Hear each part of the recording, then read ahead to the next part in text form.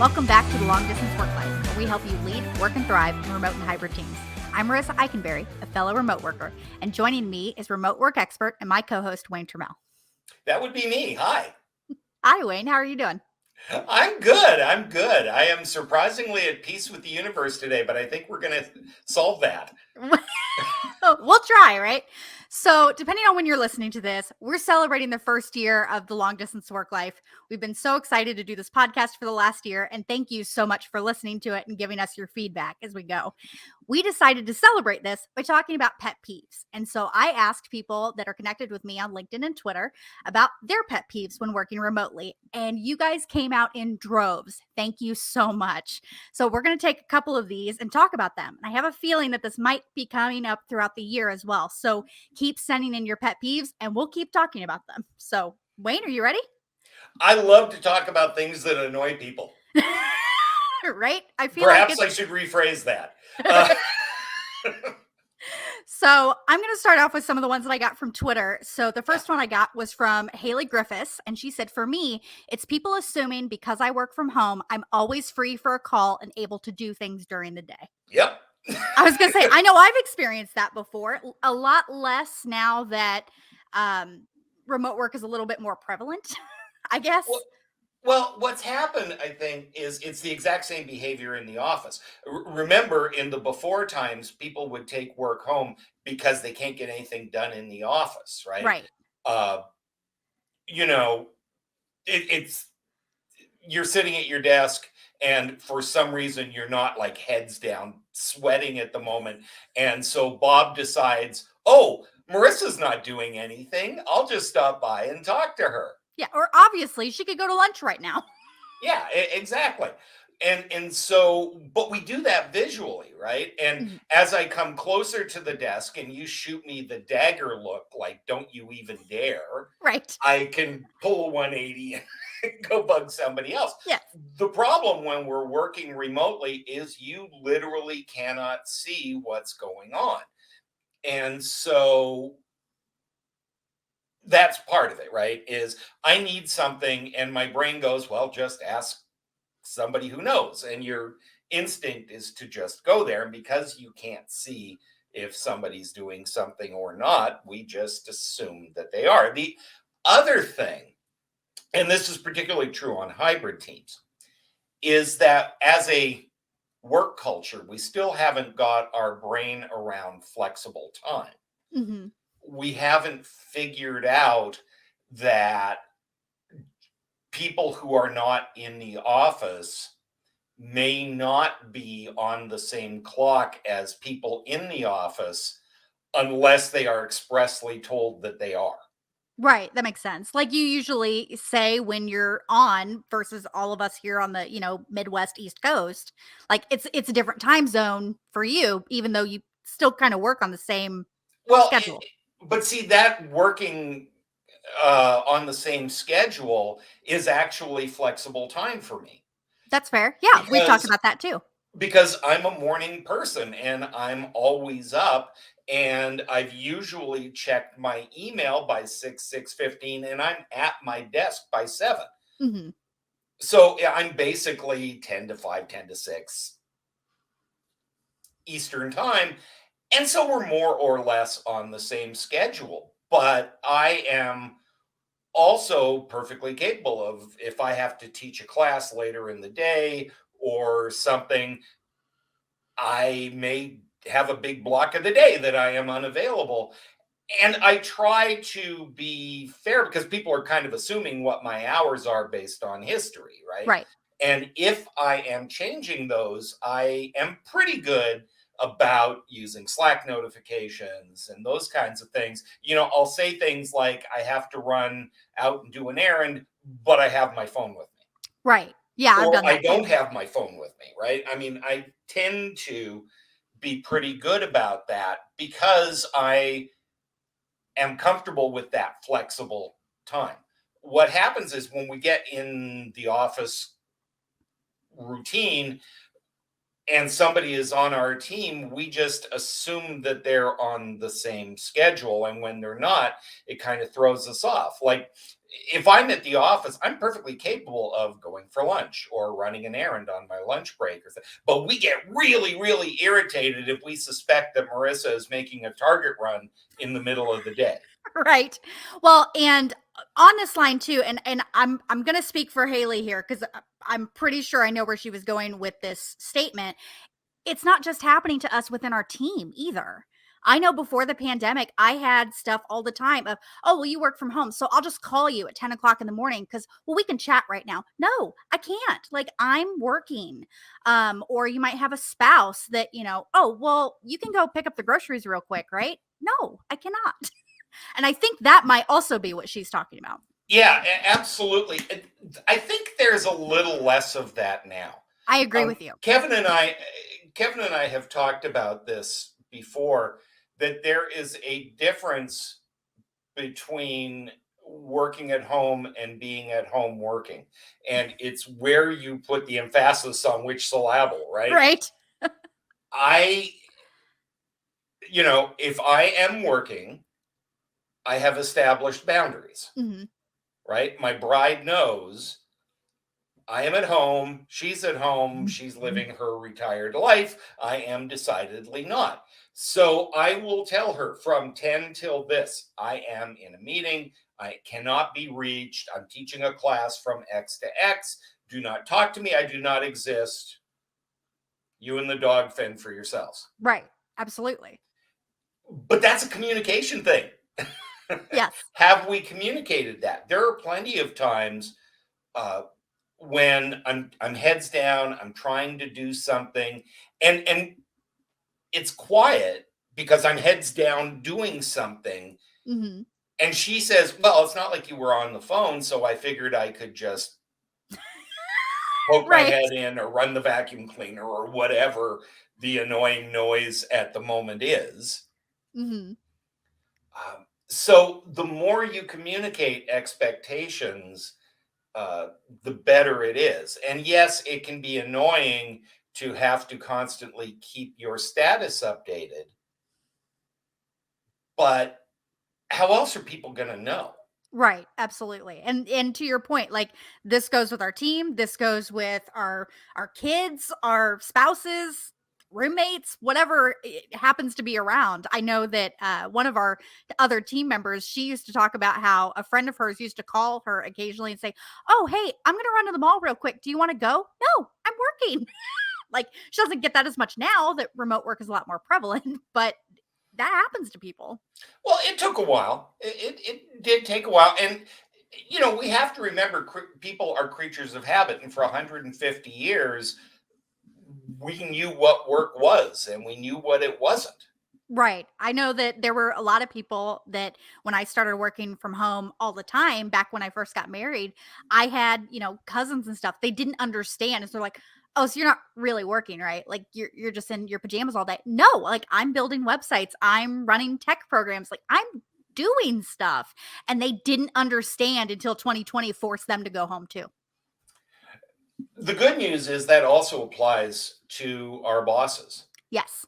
And what's funny is when the pandemic hit, the people who were most shocked were senior leaders who had fought the most against remote work, because we know those weasels will be sitting around watching The View all day and, not getting real work done. And it turned out not even remotely to be Right. the truth. I mean, there were individuals, but you walk into any office and there are individuals who are working and individuals who are not, regardless of where their butt happens to be sitting. And that comes down to trust too, like trusting your team to actually get the work done. And there's going to be people that you're not going to be able to trust. So there was this period of adjustment, and I think we kind of got a running start on remote work. Like you said, people Mhm. didn't really understand it, but now they do. And so there is less of that freaking out. But your original question, Yes. because I do remember it, I am a professional after all. Your original question was especially about hybrid teams. I don't know what somebody else is doing, and therefore I'm defaulting to what's useful for me. And what's useful for me is I need this conversation right Right. now. Right. Right. Um, and so we need to be really clear, not only about expectations of those requesting the information or requesting the chance to chat or whatever, but also the empowerment of other people to set those boundaries, to say, no, I can't talk about this, or I can't talk about this now, but I can talk about it at such and such a time, Absolutely. so that we're not just frustrating each other. Every time I try to talk to Marissa, her do not disturb is on, and I can't get an answer out of her. Now, fortunately, that is not the case in our case, because Marissa is really bad about answering messages, even when When I'm she's not supposed supposed to to. be doing something else. Yeah. I'm getting better. You are getting better, but also I'm getting, I figured it out. So I will send you a question and I will put no rush, or Yes. when you get a chance, here's my request. Because there's a very natural human thing, right? You want to be a good teammate, you want to be responsive. You're no longer worried about losing your job because somebody might think you're not working, Right. right? We're past that level of paranoia. But your natural instinct as a servant leader kind of mindset is to jump at everything, and you need to be empowered, and you are, to Mhm. say, no, I can't do that now, I can do that in an hour, or Right. is tomorrow soon enough. We need to take ownership of that, and our managers and leaders need to empower us and make it explicit.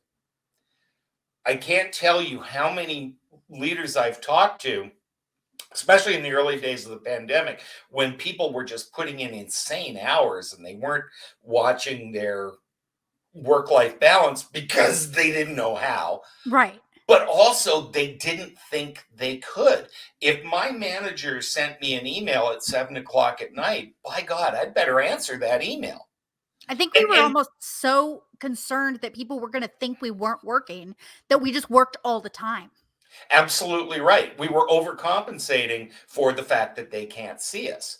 And therefore, right, I'm the manager. I go, oh, you know what? I should send Marissa this email because it's top of mind right now, and I'll just send it and then it's off of my brain, right? Mhm.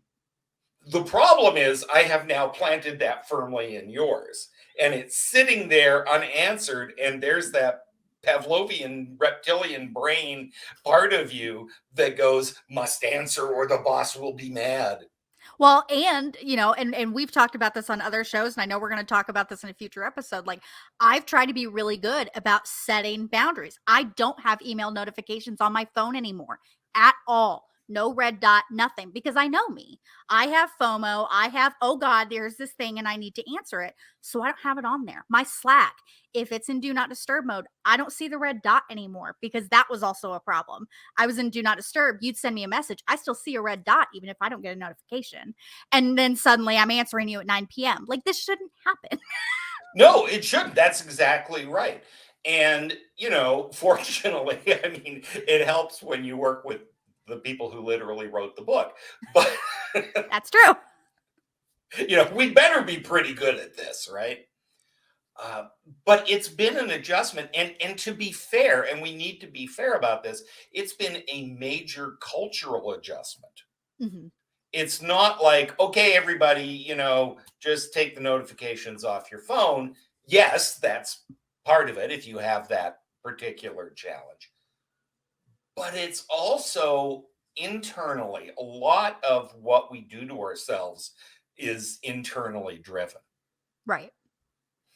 And then people take their cues from us. Right.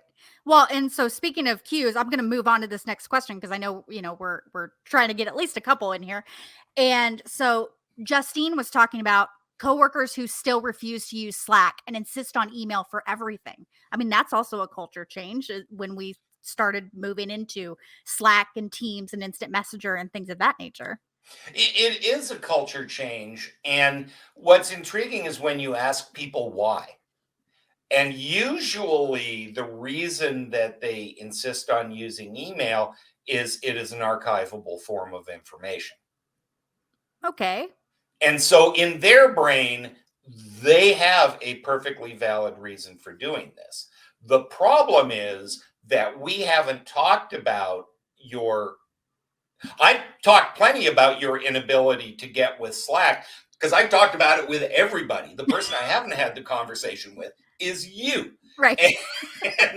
And and that's the thing is why doesn't that dinosaur get with the program? Well, the dinosaur didn't get with the program because their workflow, the way that they have been managing information, they've got their folders and they've got this and that, and they know where to find the information when they need it. Hmm. That's the problem. The problem is finding the information when you need it. Hmm. Is Slack searchable, right? Can you instantly go on Teams and know where to find that conversation that we had? Because if I don't remember that it was Thursday and I keep thinking it's Wednesday, I am never going to find the information that I need when I need it. So in some ways, it almost comes down to education in that sense. I'm just We've showing them talked, how to find the information. yeah, we've talked about this before.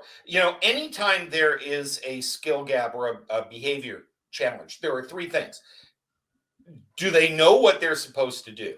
Hmm. And in this case, has your team had a conversation about when to use Slack, when to use email, whatever? Right. Yeah. Okay. When to pick up the So phone. do they know when to do it? Second thing is the skill. Do they know how to do it? Right. And And then that's a the big third is deal. attitude, which is can you be bothered? That's a totally different ballgame. But that's the thing. It's a totally different thing. And very often we assume, oh, you refuse to get with the program because you're selfish and you just like using your email and you don't care about anybody else. We're assuming that's an attitude thing. I will bet you that it is at least 60% not. Right. Right. I mean, some of it is we like it the way we like things the way we like them and the way we've always done them. And unless there is a compelling reason to change and you're whining about it is not compelling enough to me. Right. Yeah. We, to your point earlier, we're creatures of habit. We'll do the things that we've always been trained to do. Yeah, and so we need give me the reason for the change, help me make the change, show me how this is better and reinforce that new behavior. And a lot of times we just don't. Oh, Marissa's just being Marissa. Right. Which is not really, I mean, understanding everybody's foibles and preferences is part of being on a team. But Marissa's just being Marissa. And so everybody is rolling their eyes and muttering darkly under their breath when they get off a call. At some point, that's a performance management thing. I know that we're running out of time, but I'm so glad that we were able to get a couple of these pet peeves. Like we said earlier, if you have pet peeves that you want us to talk about, let us know. I have a list here and I'm so excited to get into them, but obviously it's going to be a while before we get to all of them. If you are somebody whose pet peeve that we select to have on the show, I will let you know. So definitely do that. And thank you so much for listening to the Long Distance Work Life, especially those of you who have been with us from the very beginning. We're so excited to be able to do this every single week. For show notes, transcripts, and other resources, make sure to visit longdistanceworklife.com. If you haven't yet, subscribe to the podcast so you won't miss any future episodes. And while you're there, be sure to like and review. This helps us know what you love about our show. Feel free to contact us via email or LinkedIn with the links in our show notes. Let us know you listened to this episode or suggest a topic or a pet peeve for Wayne and I to tackle in a future episode. And if you'd like to learn more about remote teams, order Wayne and Kevin Eikenberry's new book, The Long Distance Team. You can learn more about the book at longdistanceteambook.com. Thanks for joining us. And as Wayne likes to say, don't let the weasels get you down.